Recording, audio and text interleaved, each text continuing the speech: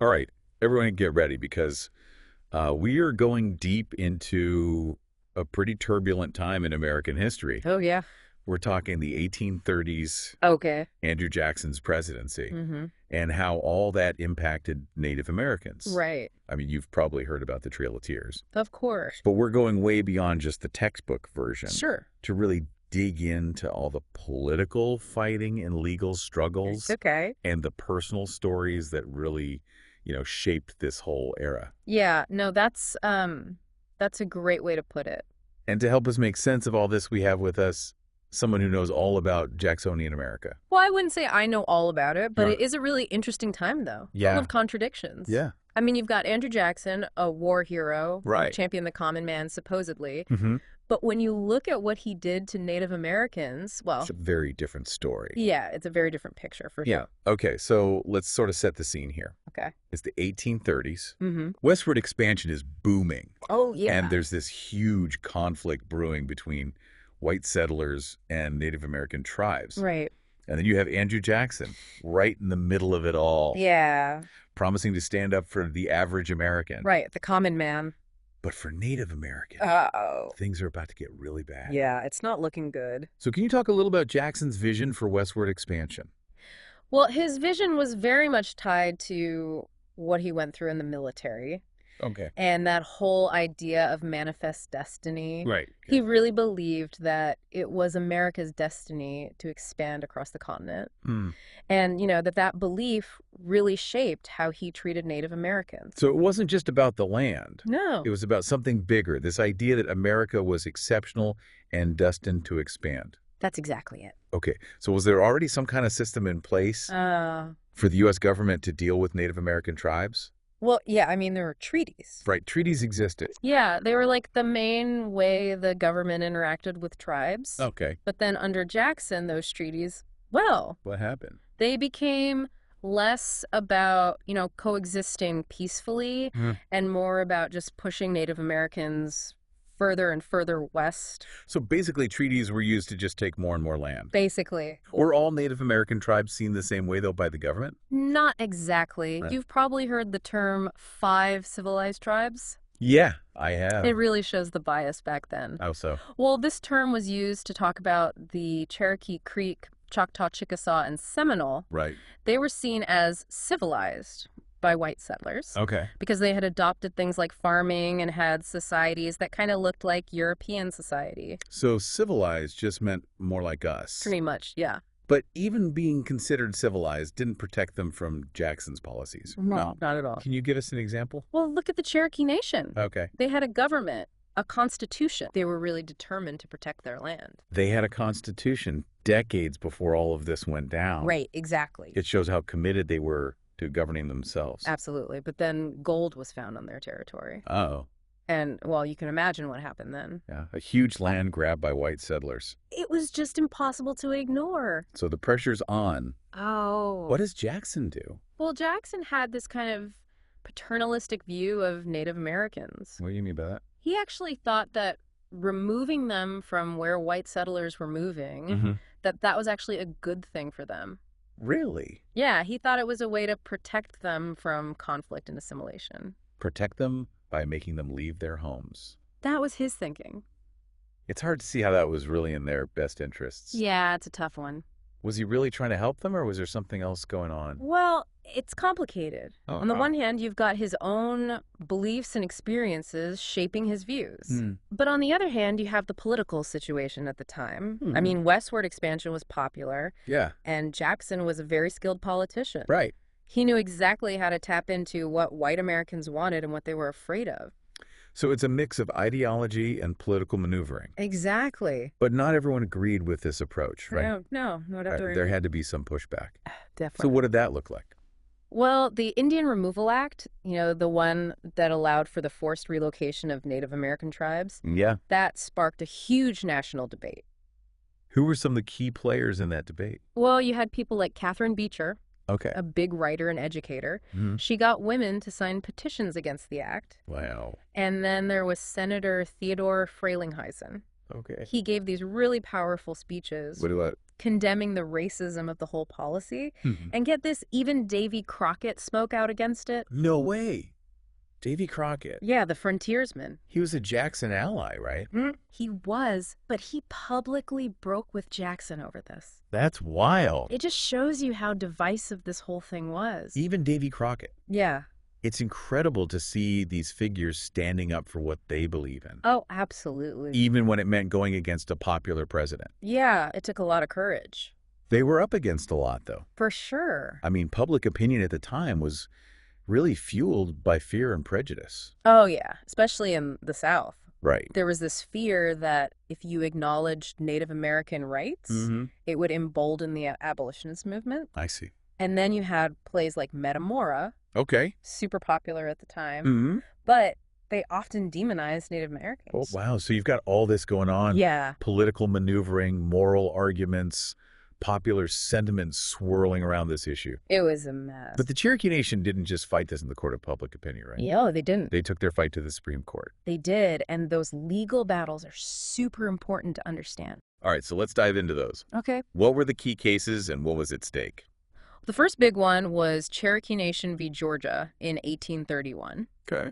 The Cherokee had some really sharp lawyers representing them. They argued that they were a sovereign nation with rights to their land. Makes sense. They said that Georgia, trying to extend its laws over Cherokee territory, Right. well, that violated their sovereignty and all those treaties with the U.S. government. So they were fighting for the right to basically exist as a nation within a nation. Exactly. Self-determination. So like a straightforward argument. You'd think so, right? That happened. Well, it was a setback for the Cherokee. Really? The court said they were a domestic dependent nation. What does that even mean? It's a weird term, right? Yeah. Basically, it meant they were separate, but still under the authority of the federal government. So not a total win, but not a total loss either. Yeah, it was confusing and really limited them. But they didn't give up, right? Oh, no, they didn't. What did they do? They brought another case to the Supreme Court, Okay. even bigger this time. Okay. Worcester v. Georgia in 1832. Right. This time, the court sided with them.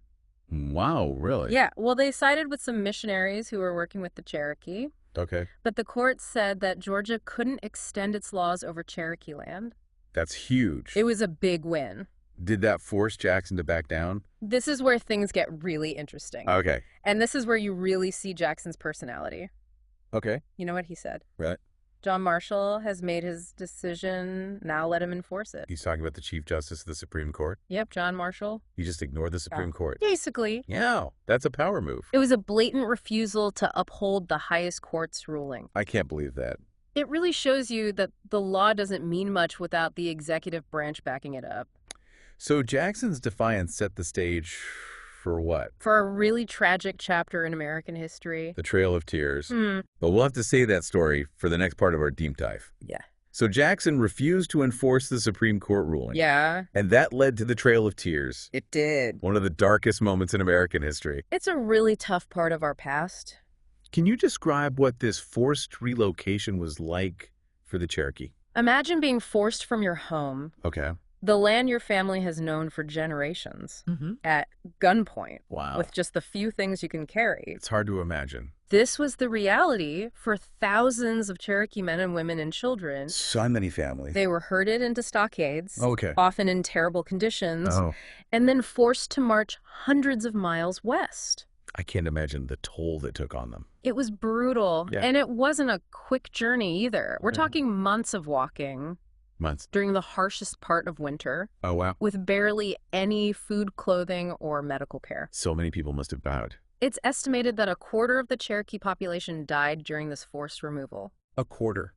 They died from disease, starvation, and exposure. It's just heartbreaking. It is. Reading about those marches, I just wonder how they found the strength to keep going. Their resilience is amazing. It is. It really speaks to their determination to survive as a people, Yeah. even when they were going through such unimaginable hardship. But it also shows just how high the human cost of these policies was. It does, and that cost is often overlooked. It's important to remember that history isn't just dates and battles. Right. It's about the lives of real people. Exactly. A Trail of Tears is a story that needs to be remembered. We need to learn from the mistakes of the past. This tragedy didn't just happen to the Cherokee, though, right? That's right. Other tribes went through similar things Absolutely. under Jackson's removal policies, So many tribes. like the Choctaw Creek Seminole. And many others. They all faced forced relocation, broken treaties, and the loss of their cultures and homes. It was widespread. It's crazy to think about how many people were displaced. It's hard to fathom. How much land was actually taken from Native Americans during this time? Well, over 100 million acres in the East was exchanged for a little over 30 million acres in the West. Over 100 million. Yeah. And even that exchange wasn't fair. How so? The land in the West wasn't as good. Okay. It wasn't as suitable for their traditional ways of life. So it's not just about the amount of land. No. It's about the quality of the land and what it meant to them. Exactly. And I imagine the government didn't exactly pay them fair market value for their land. No, not at all. What does they offer? Less than $1 an acre Less than $1. for land that was rightfully theirs. That's unbelievable. It just shows how imbalanced the power dynamic was. So Jackson and his administration were determined to push Native Americans west, Yeah, they were, no matter the cost. no matter the cost. But did any tribes fight back? Oh, absolutely. What did that resistance look like? Well, some tribes, like the Cherokee, tried to fight in court. Right, we talked about that. But others, like the Creek Seminole Sac and Fox, they took up arms. They went to war with the U.S. Yeah. Did they win any battles? It was really tough for them. Yeah, They were fighting against a much stronger force. right. The U.S. Army had way more firepower. They did, and they were often ruthless. Did any tribe come close to winning? Well, the Black Hawk War in 1832 is a good example. Okay, what happened there? Black Hawk, a Sauk leader, Okay. led his people in trying to get back their land in Illinois. So they weren't necessarily trying to start a war. No. They just wanted to go home, Right. But their attempts at peace were met with violence. and they lost. They did. Black Hawk was captured and paraded around. Oh, wow. It was a real display of power. It's so sad to hear how these attempts at resistance were crushed. It's a reminder that history is told by the winners, Yeah. and the voices of those who are marginalized are often forgotten. Okay, so we've covered the legal battles, the forced removals, the resistance, but what about the long-term effects? Right. How did Jackson's policies continue to impact Native American communities? They had a huge impact. In what ways? Well, the forced relocation was devastating to their cultures, languages, and traditions. Okay. Many tribes lost their sacred sites, Mhm. their connection to the land, their sense of community. It's like everything was taken from them. And the impact of that is still felt today, Wow. generations later. So it's not just about the physical displacement. No, It's about the loss of their identity exactly. and the constant struggle to maintain their traditions. In the face of assimilation Right. and the trauma of these events, Yeah. those stories of loss and hardship, they've been passed down through generations, Right. and they continue to affect Native American communities. It's like a ripple effect that never ends. It is, and it's a reminder that history isn't just in the past. Mm-hmm. It shapes our present and future. We can't just ignore what happened. We can't. You mentioned earlier that some people supported removing Native Americans to civilize them. That's a really loaded term. It is. What does it actually mean? Well, it's based on the idea that European culture and values were better. Better than indigenous cultures. Right. So they tried to force Native Americans to assimilate. They did. What did that involve? Suppressing their languages and religions Wow. and forcing them to adopt Western education and economic systems. So it wasn't enough to take their land. No. They also wanted to erase their cultures and identities. It was cultural imperialism. It's disturbing to think about how they justified these policies. And it's important to realize that those attitudes haven't completely disappeared. Yet they still exist today. They affect how Native Americans are treated and perceived in modern society. We can't pretend the past has no bearing on the present. We can't. So what happened after Jackson left office? Right. Did things change? Well, his vice president, Martin Van Buren, took over, Okay. and he inherited a really difficult situation. Right. He tried to distance himself from Jackson's policies, but he ended up continuing them. He was in a tough spot, Yeah, he was stuck between a rock and a hard place. trying to deal with the political realities Mhm. and the fallout from these policies. Right, Zach. Sounds like a no-win situation. It was in a lot of ways. What else was going on during Van Buren's presidency? Well, there was the economic crisis of 1837, Okay. and the debate over slavery was getting more intense. Right. And both of those issues were tied to Jackson's Indian removal policy. And it's all connected. That's the thing about history. The more you dig into it, the Yeah. more you realize how everything is connected. It's fascinating. It is. So like history is one big story. And we're all a part of it. I think we've covered a lot in this part of our deep dive. We have. We've talked about the Trail of Tears, Mm-hmm. the different ways tribes resisted, Right. and how Jackson's policies still have an impact today. Their legacy lives on. But there's still more to explore Oh, definitely. in the final part of our deep dive. We'll look at how this era influenced American culture. Okay. We'll talk about the legacy of these events Yeah. and the ongoing fight for justice and reconciliation. Sounds good. So we've talked about the politics and the social forces behind Indian removal, really heavy stuff. Yeah. But I'm curious about the cultural impact. Mm. Did this period leave a mark on things like art and literature, Oh, it definitely did. even entertainment? Yeah. Think about how the frontier was romanticized.